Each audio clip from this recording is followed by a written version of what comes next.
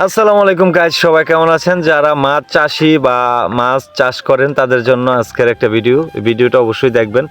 এই যে আমার ভাই কি যেন মা খাচ্ছে, আর এদিকে আমার চাচা তো সবাই চিনেন। রোদ্রের মধ্যে ভিডিওটা করতেছি, হয়তো অতটা ক্লিয়ার নাও আসতে পারে। ময়দা গুলাইতেছে ময়দা। তো এগুলা দিয়ে কি হবে এবং কি কেন গুলাইতেছে জানতে চাবো আমার ভাই মারুফ থেকে।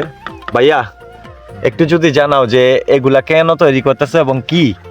এগুলো হচ্ছে ডিমের কুসুম, এগুলা কার্পু মাছের ছোট রেণু আছে, এগুলার খাবার তৈরি করতেছে। আচ্ছা, এইগুলো হচ্ছে ছোট 7 দিন খাওয়ামু। প্রথম 7 দিন একদম ডিম থেকে জিরো থেকে প্রথম 7 দিন পর্যন্ত ডিমের কুসুম আর আটা বা ময়দা এটা মিক্স করে লিকুইড করে পানিতে দিবা না?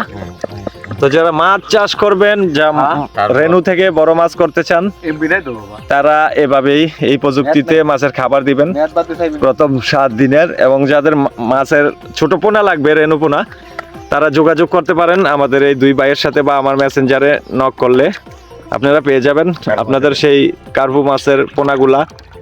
আর কোনো অন্য মাছের পোনা আছে নাকি তোমার কাছে? বর্তমানে নাই, আগামী 1-1.5 মাস পরে অন্য পোনাও পাইবেন।